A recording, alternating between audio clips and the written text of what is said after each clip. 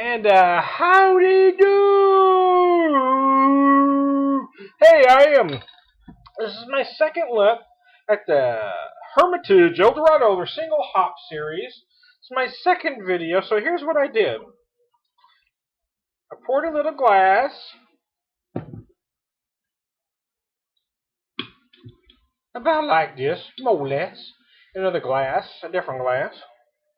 I did a video, then I had a second glass where I was able to take a picture and I sat down and enjoyed it a little more.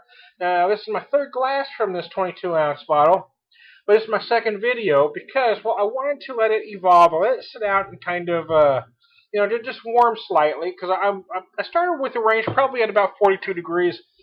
A lot of people like these better at about 55 to 60, some even 60 to 65.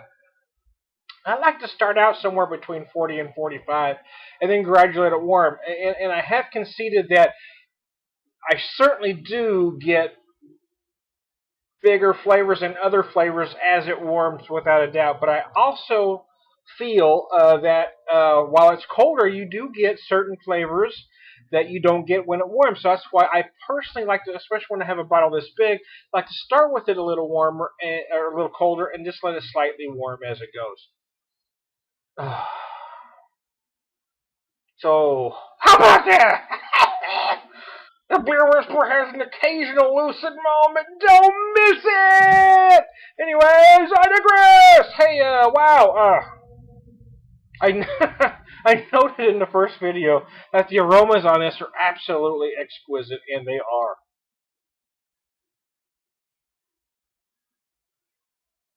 Oh.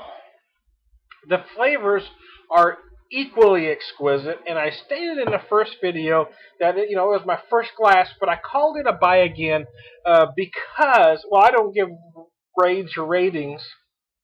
For me, drinking beer is simple. Am I going to buy it again? Today there are tons of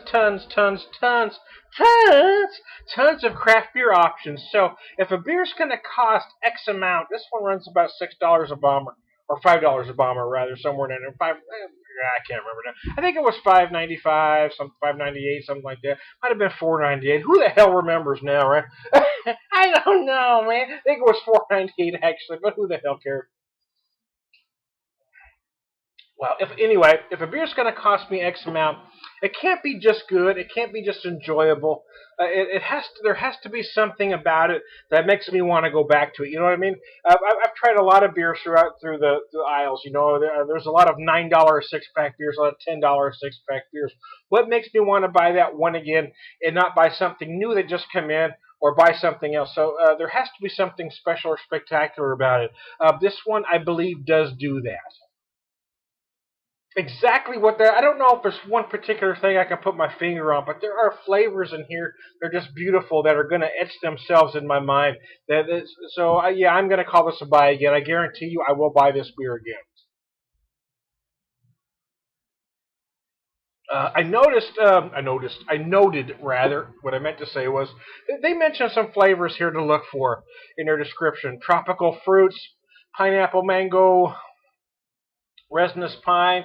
They also say some have noted uh,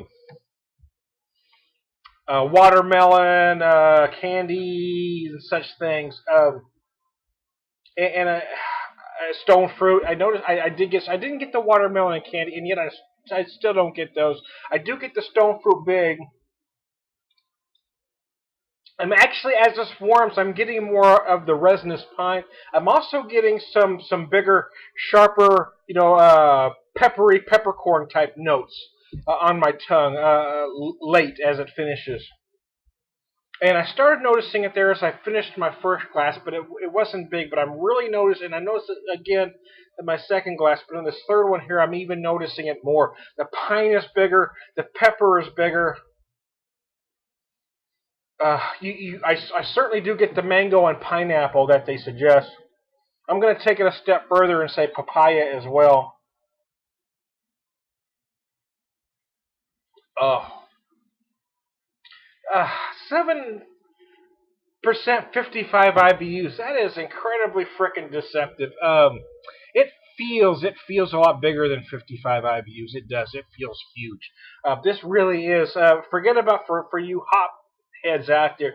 Forget about the numbers. Forget about the stats. Forget about 7%, which implies a lot of malt. 55 IBUs, which is a decent amount, but in a big IPA, it's not a lot anymore because most IPAs are running 60, 65, 70, 75, So 55 seems on the small end for an IPA.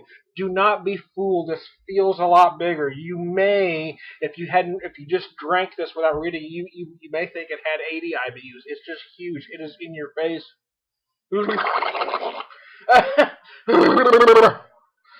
Let's break off a piece. Anyways, I'm digressing. Here we go.